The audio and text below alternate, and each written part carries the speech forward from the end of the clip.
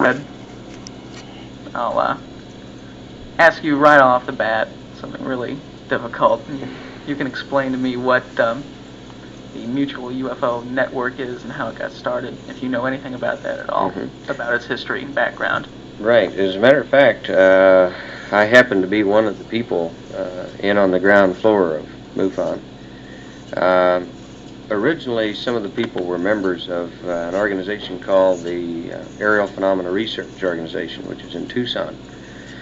And Walt Andrus, who lived in Quincy, Illinois, and worked very closely with the St. Louis UFO group, thought that perhaps those of us in Missouri could sort of band together and sort of mold a very tight organization within APRO in order to promote the subject and to get more reports coming in. What is APRO? That's the Aerial Phenomena Research Organization, and it's headed by Jim and Coral Lorenzen, located in Tucson, Arizona, and one of the older civilian groups.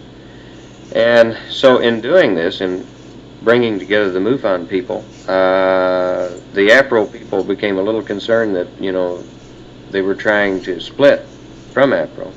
Ran into some real problems, and I was seeing a lot of correspondence coming back and forth from APRO and MUFON people. But at any rate, MUFON at this point in time is, in my mind, the most progressive UFO organization in the country, perhaps in most of the world, because these people, by and large, are responsible citizens, are credible people. Not the town drunks and not crazy people. They're seriously looking at this thing. And are those type of, I guess, what you would call undesirable members in other organizations that you know of? Well, yes, and I'm sure there are some in MUFON. Yeah. But MUFON has a screening process which eliminates a tremendous percentage of that. A lot of the groups like to brag about the number of investigators. I should say, quote, investigators that they have. And these people are ill-trained, if trained at all. They're not really qualified to investigate UFO reports. I'm not saying all of them, but a percentage. And so MUFON, is, I think, more careful in looking at the people coming into the organization. And I'm not sure about the procedure now, but in times past, if an individual wanted to join as an investigator, they would have to be recommended by one or two people already in the organization, familiar to the director, who is Walt Andrus. And it's a very good system. Of course, my primary affiliation is as a research associate with the Center for UFO Studies. I'm still a member of MUFON, and I suppose called a landing trace specialist or something along those lines. But with the Center for UFO Studies, which is located in Chicago, under the direction of Dr. J. Allen Hynek, who without question is the foremost authority on the planet as far as UFOs go. Dr. Hynek is an astrophysicist, chairman of the Department of Astronomy at Northwestern University, chief scientific consultant to the U.S. Air Force on UFOs for 22 years. You were talking before about qualifications. Mm-hmm.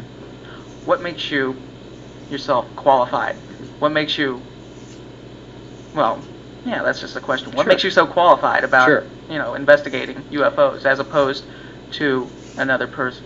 Mm-hmm. That's a good question. I sometimes wonder myself, but, well, frankly, I have an engineering background, and we get into, well, in years past, I've done a good deal of survey work. I've done,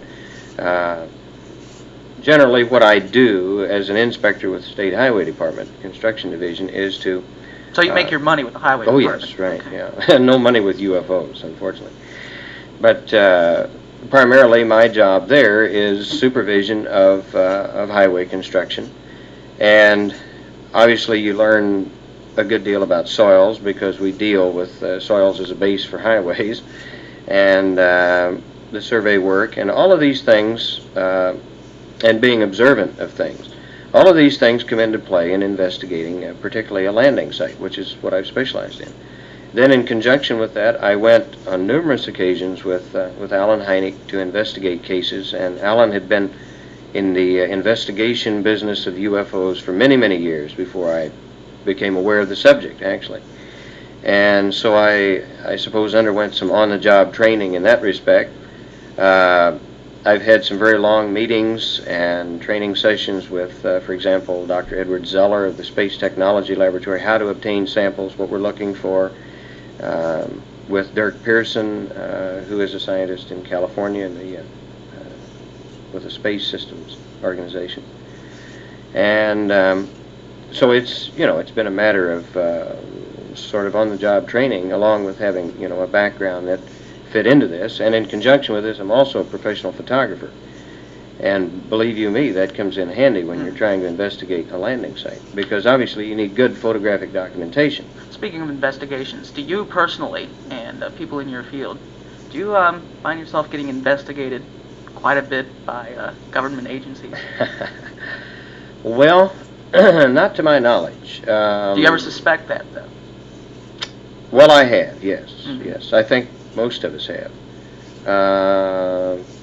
We find, as you find so often in UFO research, strong hints, strong rumors, things that you can't quite put your fingers on. You have to be very careful not to become paranoid about the whole thing. I've tried desperately to remain totally objective in this matter. And it becomes difficult when you investigate, as I have. Well, I've investigated over 500 sightings and talked to thousands of people now who have had UFO experiences. And you reach a point, a saturation point, and you think, well, this has got to be, because these people are not crackpots, drunks, crazy people. They're credible individuals. You could take any 10 of these people, put them in a court of law, and they could send a guy up for murder on eyewitness testimony. But yet, let them see a UFO, and these same 10 people are no longer credible as witnesses. It's the most incredible double standard system in this country that you can imagine. What do you try to do to establish credibility with witnesses? How do you determine that?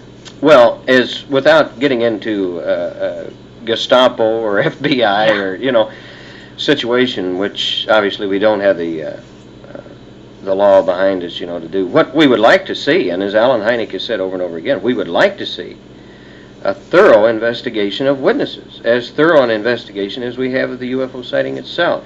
Establish psychological profiles, determine their background, like this. So what we have to do at this point is to establish these things as best we can. And if we get a very, very good, very high strangeness type case, then if the funding is available, if we can get, for example, Leo Sprinkle in from Wyoming, excuse me, we like to develop a psychological profile on the witnesses. And as far as credibility at this point, about all we can do is to talk to friends, neighbors, relatives, the leaders of the community. Would you ever have a chance to put anybody on, say, a lie detector? Oh, sure. Have you ever done that before? Yes. And how's it usually proven? I mean, have some people been caught lying about that, or?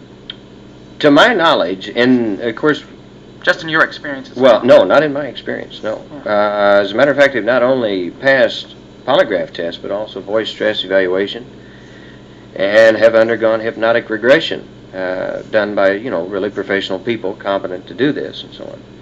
And for a long, long time, for example, the abduction cases, people like Betty and Barney Hill claiming they were taken inside a UFO. Let's explain that a little bit. That's a very famous case. Oh, yes. And fortunately, I did get to meet Betty in Chicago a couple of years ago, and that's an experience in itself. She's a fine lady, very enthusiastic now about UFOs. Obviously, she's been closer than most of us, if the story is true, and I have a feeling it probably is. But at any rate, briefly, she and her husband driving down a road coming home from a vacation in New Hampshire, 1961, and suddenly they see an object in the sky. She says she's a believer, and she says, Barney, it's a flying saucer. He says, no, it's a satellite. She says, no, it's a flying saucer. Well, the thing gets a little closer, and she says, what do you think? He says, I think it's an airplane. pretty soon helicopter, and pretty soon, through the escalation of hypotheses, he has eliminated all of the natural explanations, you see, and here it is. Barney the disbeliever says, well, maybe, And at this point they're seeing it as a rather large vehicle, and with a curved window and so on.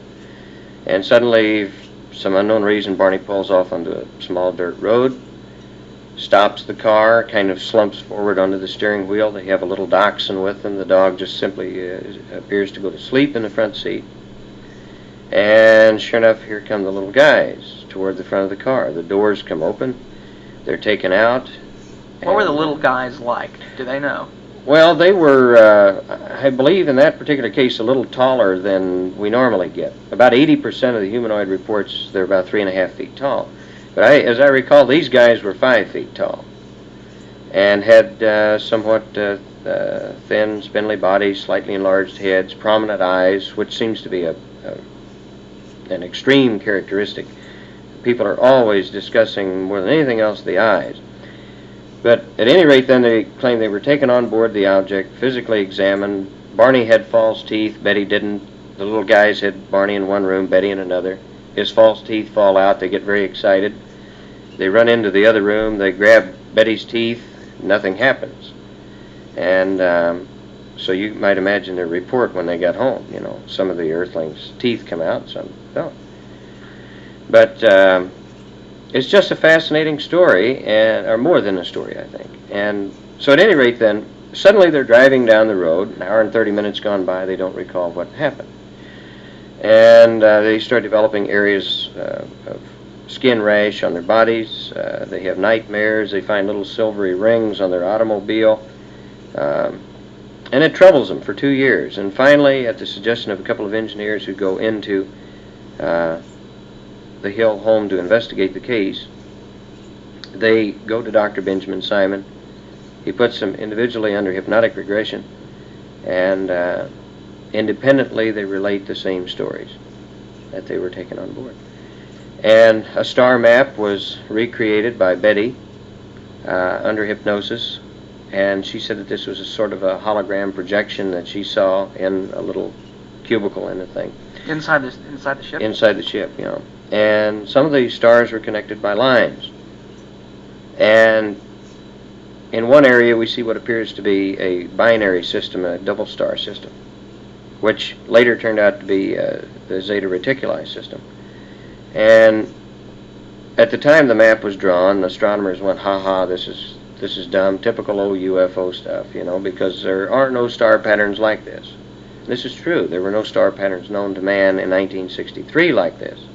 7 years later, with new instruments, several stars were discovered, and lo and behold, the pattern was there. And it just so happens, based on current knowledge and interpretations of star systems, astronomers now believe that, as a matter of fact, in all the stars included in the map, only the ones connected by the lines are stars that are similar to our own sun, and they believe to be capable of supporting planetary systems. So that was kind of interesting. And, in other words, she was relating something long before it was known on Earth. So that tends to somewhat substantiate the report. And not only that, we then learned much later of a classified Air Force report in which an air base tracked an object going into that area on radar that night and coming out about 2 hours later. How did they let this report out? Why did they do it? Was it a leak, or did they do it purposely? Frankly, I'm not sure. I'm really not sure. I know that it fell into researchers' hands somehow, and I would say very possibly a leak. I'm not sure. The Air Force itself is not... Well, they don't really claim to believe in these things, do they? But on the other hand, they don't... They don't deny it either. That's true. They're typically neutral, I suppose. That's true. Their statement has always been, well, since the late 40s, about 1950 or so, that they pose no threat to the security of the United States. They don't say, flying saucers do not exist. They've never said this. As a matter of fact, we have had the release of some previously classified documents indicating they thought quite the opposite. And As a matter of fact, Lieutenant General Twining, in a recommendation to the Army Air Force in 1949, made the statement that from their study, they felt that the objects were not visionary nor fictitious, but rather appeared to be under either remote control or direct intelligent control. And then recommended that the Army Air Force establish a full-blown project. And at that point in time, the barn door was closed, and it remains closed today. We've kicked a couple of holes in it with the Freedom of Information Act in getting some CIA documents released as of last December. Which documents are those? Well, documents relating to, in one instance, a terrific case over Iran involving military aircraft, radar, and so on. Other cases relating to overflights, near landings on Strategic Air Command nuclear installations in this country, mostly in the northern United States. UFOs hovering 10 feet over nuclear warheads, nuclear devices on these bases. And you know, you have to stop and think, well, the Air Force says that there's no threat to the security of the United States. Well, what on earth would you call intrusions into Strategic Air Command nuclear installations? I have a feeling that if these objects were being reported as having red stars on the side, that, you know, there'd be quite a reaction. You ever think of that as a possibility? That they're Soviet? Well, that they're anybody. That they're Sure. that they could be an Earth Sure, but their own ship.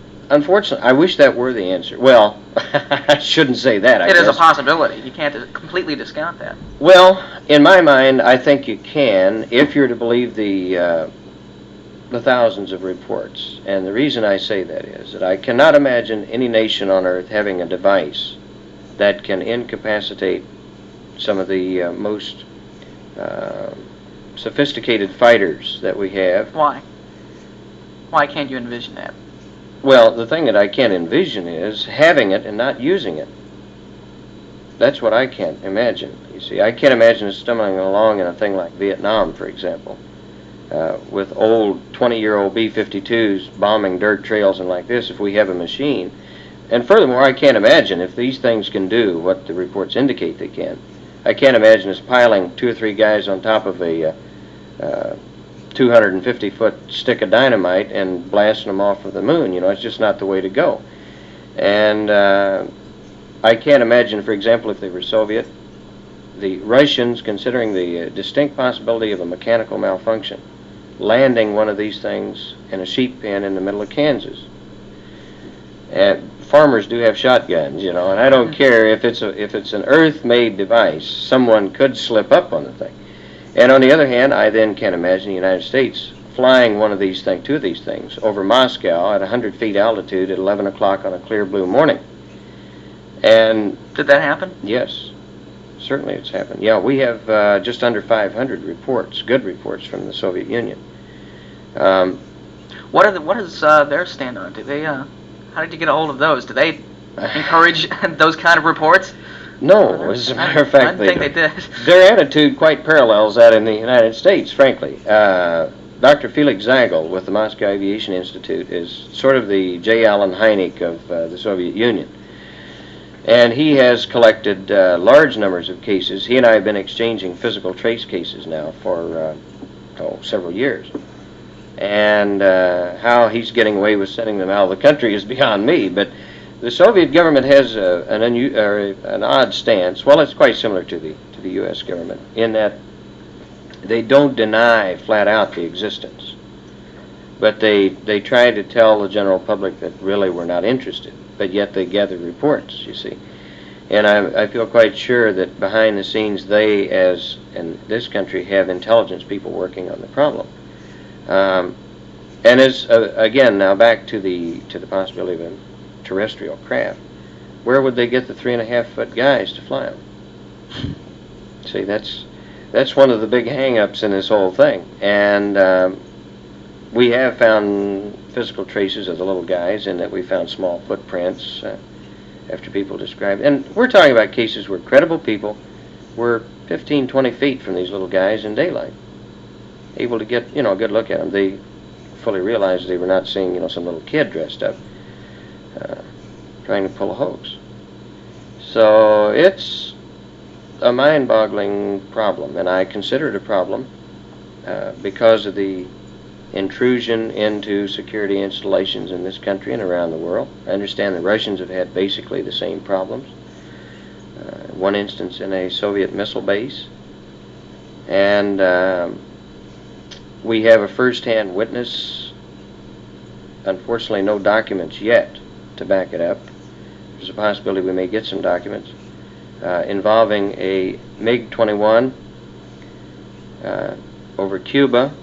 We had an intelligence section that was monitoring Cuban air traffic, ground-to-air communications. And one afternoon in 1967, the Cuban air defense system picked up an unidentified coming in to violate their airspace. They dispatched to an altitude of 39,000 feet 2 MiG-21s. And the order was to bring the thing down, force it down, shoot it down, however. And in monitoring the air-to-air and air-to-ground communications, our intelligence section heard the wingman suddenly go into a wild tirade about his wing commander making a pass on the object and the plane just disintegrating in the air. Now, obviously, if we can get military documents to prove that this sort of thing did happen, and I wouldn't be surprised at all, then, you're starting to build a considerable